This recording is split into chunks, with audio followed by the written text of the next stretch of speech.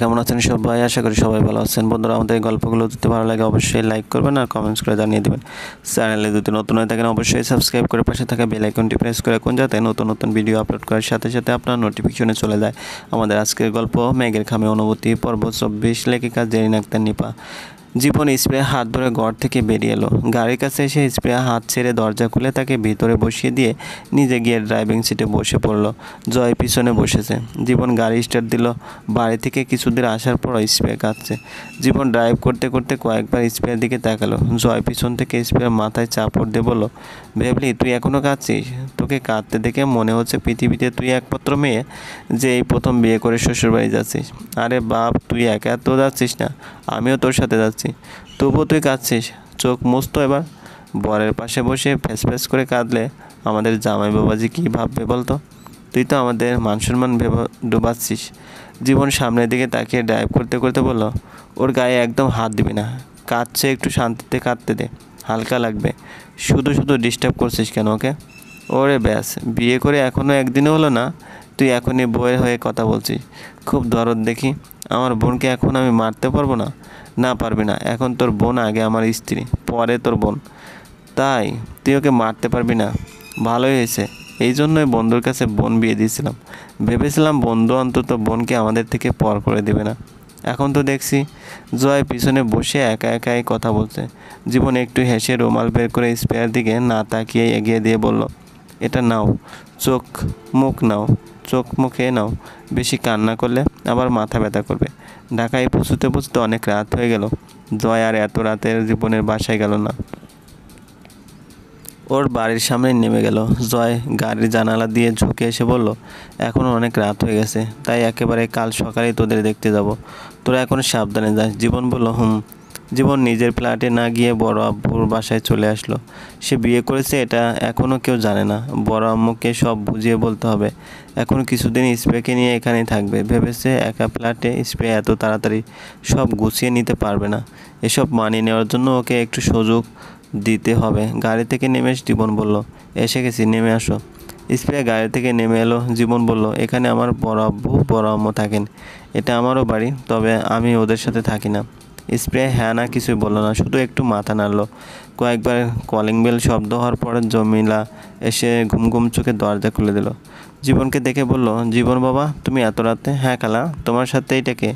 আপনাদের বৌমা। জীবনের কথা শুনে জমিলার চোখের সব ঘুম উড়ে গেল। তিনি বিস্ময়ে চোখ বড় বড় করে বললেন, বৌমা মানে তোমার বউ? তুমি বিয়ে করছো? জীবন দোতলার দিকে তাকিয়ে বলল, সবাই কি ঘুমিয়ে গেছে? হ্যাঁ। ডাকমো সবাই রে? না থাক, দরকার নেই, এত রাতে কাউকে জাগাতে হবে না, সকালে দেখা হবে। খালা, আমরা এখন রুমে যাচ্ছি, ভীষণ টায়ার্ড লাগছে, আমাকে 1 কাপ কফি দিবেন? তুমি ঘরে যাও, আমি নিয়ে আইতেছি।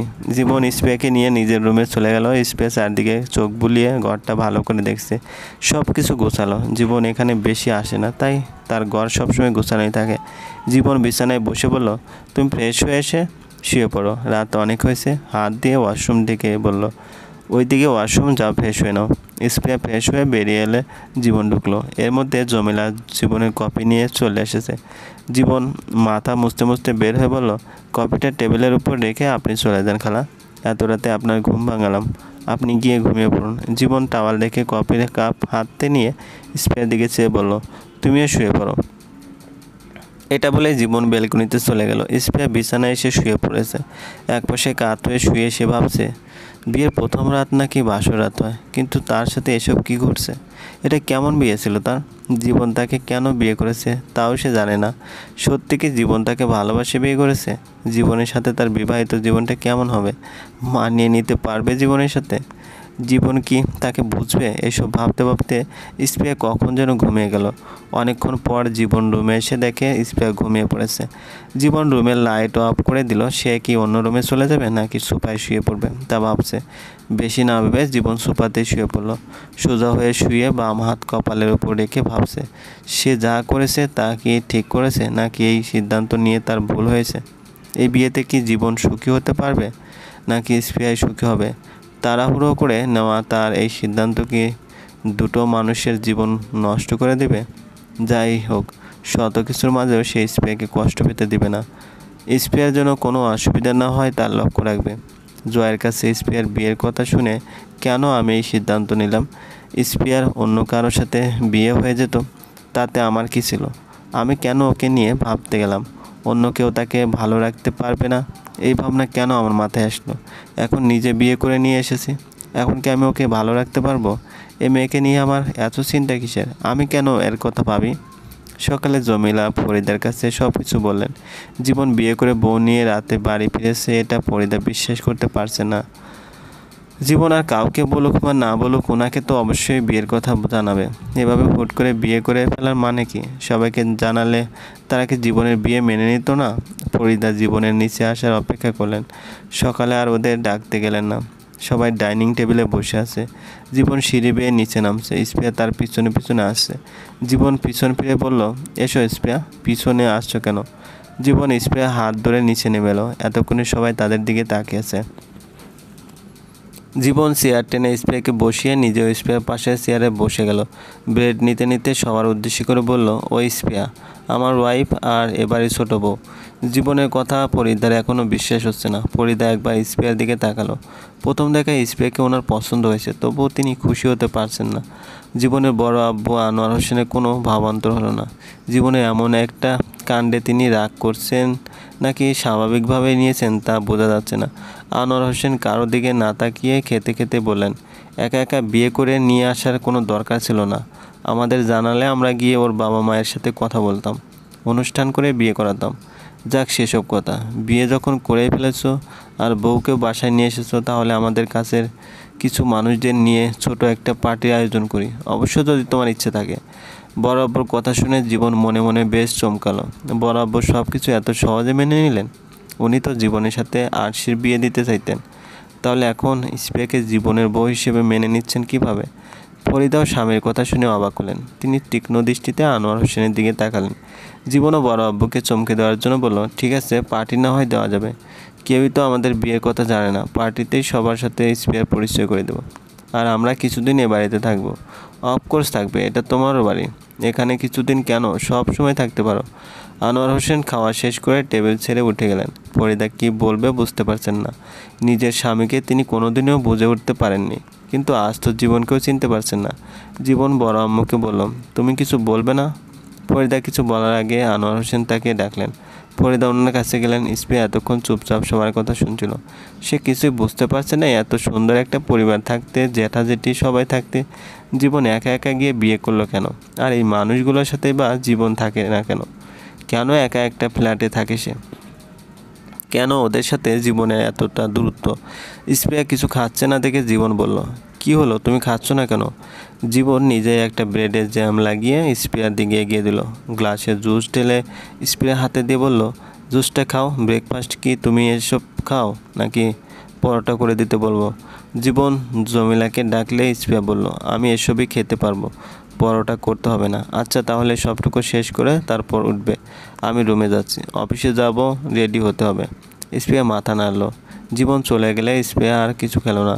তার খেতে ইচ্ছে করছে না। রাতে বাড়ি থেকে এসেছে, এখনও কারোর সাথে কথা হয়নি।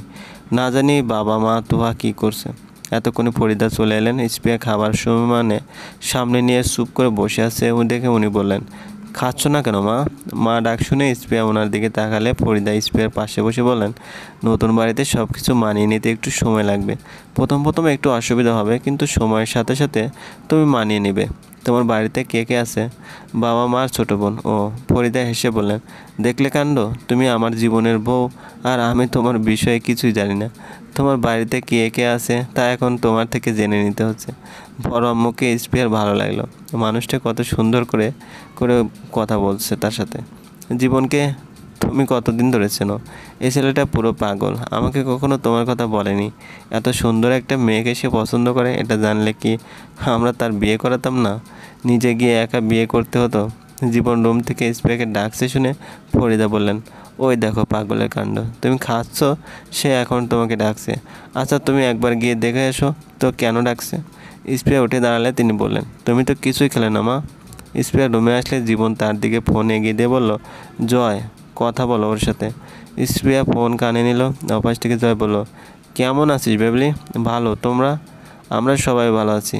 বেবলি তুই ব্রেকফাস্ট করেছিস? জীবন তোর সাথে? ও ঠিকমতো তো খেয়াল রাখছে তো, নাকি আমার বেবলেটের অযত্ন করছে? রাখছে ভাইয়া, জীবনটাই বাঁধতে বাঁধতে। আর চোখে স্পেকে দেখছে জয় বলল, খালামণির সাথে তোর কথা হয়েছে? না। তাহলে আমি ফোন রাখার পর কথা বলে নিস, তোর জন্য হয়তো টেনশন করছে। আচ্ছা। জয় কল কেটে দিলে স্প্রিয়া জীবনকে ফোনটা ফেরত দিতে নিলে জীবন বলল, আন্টি আঙ্কেলের সাথে কথা বলে নাও, আমি অফিস থেকে ফেরার সময় তোমার জন্য নতুন ফোন নিয়ে আসবো। স্প্রিয়া তার মায়ের সাথে কথা বলছে। মা তুমি কেমন আছো? আমিও ভালো আছি। বাবা কোথায় মা? জীবন রেডি হতে হতে স্প্রিয়ার কথা বলা শেষ হয়ে গেল। স্প্রিয়া জীবনকে ফোন ফিরিয়ে দিলে জীবন তো পকেটে রেখে অফিসের জন্য বেরিয়ে গেল। স্প্রিয়া জীবনের পিছন পিছন সিঁড়ি পর্যন্ত এসে দাঁড়ালো। জীবন অফিসের বসে ফাইল দেখছে। একজন এসে দরজায় নক করলে জীবন ফাইলে চোখ রেখে বলল, আসুন। লোকটা ভিতরে এসে জীবনের সামনে দাঁড়িয়ে বললেন, স্যার আপনি যার বায়োডাটা আনতে বলেছিলেন তা এনেছি, এই নিন। একটা ফাইল জীবনের দিকে এগিয়ে দিয়ে বলল লোকটা। জীবন হাতে থাকা ফাইল সরিয়ে নিয়ে লোকটার হাত থেকে এই ফাইলটা নিয়ে হাতে চোখ বোলাতে বোলাতে বলল, আচ্ছা আপনি এখন আসতে পারেন। স্যার ওনাকে কি কিছু বলতে হবে? না, আপনি ওনাকে কিছু বলবেন না, যা বলার তা সময় হলে আমি বলবো। লোকটা চলে গেল। ফাইল দেখতে দেখতে জীবন ভ্রু উঁচিয়ে ঠোঁট বাঁকিয়ে একটু হাসলো। চলবে। গল্পটি ভালো লাগলে অবশ্যই লাইক করবেন আর কমেন্টস করে জানিয়ে দেবেন। চ্যানেলে যদি নতুন হয়ে থাকেন অবশ্যই সাবস্ক্রাইব করে পাশে থাকা বেল আইকনটি প্রেস করে রাখুন, যাতে নতুন নতুন ভিডিও আপলোড করার সাথে সাথে আপনার নোটিফিকেশনে চলে যায়। ধন্যবাদ, ভালো থাকবেন।